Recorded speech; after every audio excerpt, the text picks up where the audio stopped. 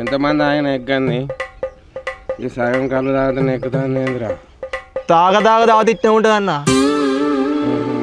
అవ్వా అరే నేను అక్కడ సెల్ తీరా.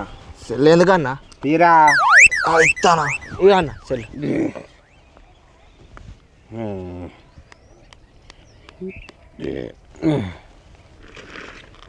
హలో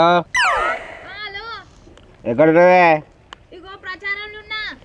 ఎక్కడున్నా? మన ఊరు అవతల చెరువు కాడ కాడిరా. అరే నువ్వు రాయే.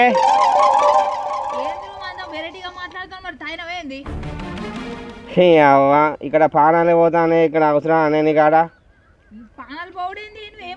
నువ్వు ఇట్రా.